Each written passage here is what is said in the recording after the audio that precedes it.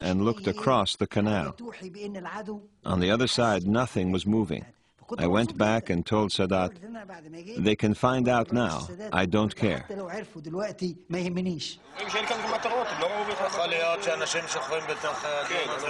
It was not till dawn the next day, as most Jews were preparing to go to synagogue for Yom Kippur, that Israeli intelligence finally became convinced that Egypt and Syria would attack within hours.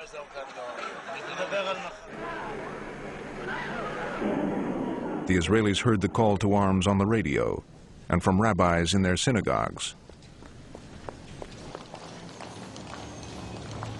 At 2 p.m., as civilians were reporting for duty, Egypt opened fire.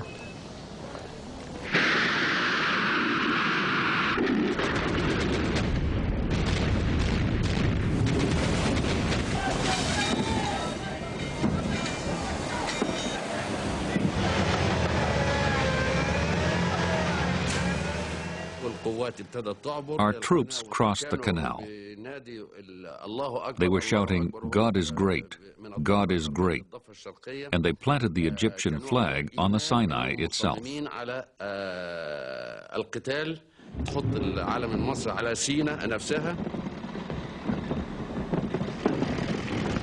About 6 o'clock, I told my people, my forces, felicitations.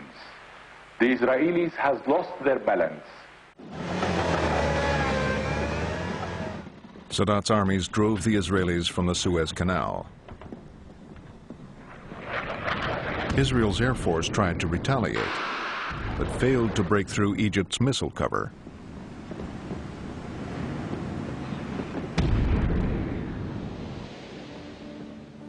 The Egyptians advanced 8 miles into the Sinai and then stopped, as planned.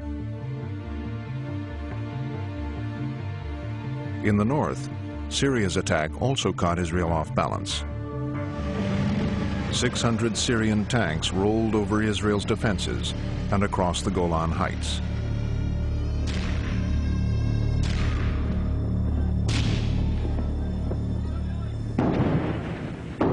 We weren't ready today. We came from the home, in the middle of Yom Kippur. So who was here? That was regular soldiers? Yes, only the regular. So they must have had a hard time? Oh yeah, very hard.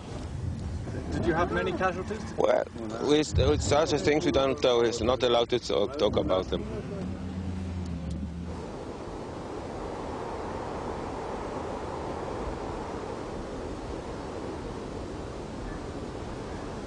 The Syrians were expected to press their advantage.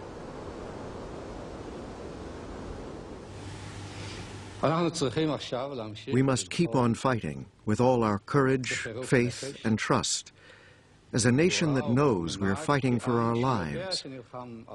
And we are fighting for our lives. Israel's defeat appeared imminent, but on the 4th day, the Syrians ran into a large Israeli force. Israel had been able to divert troops to the Syrian front because the Egyptian army had halted. Syria's President Assad demanded to know why the Egyptians were not advancing through the Sinai as agreed. The president kept phoning Sadat and insisting, "This is not what we agreed." Sadat never gave him a straight answer. Syria appealed over Sadat's head to the Soviet Union, still Egypt's patron. The Soviet Prime Minister came to Cairo to sort things out.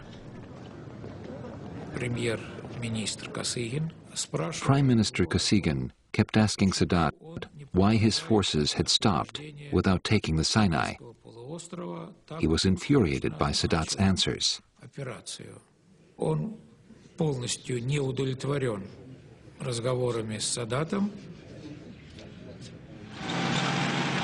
President Sadat yielded to Soviet pressure and gave the order to advance,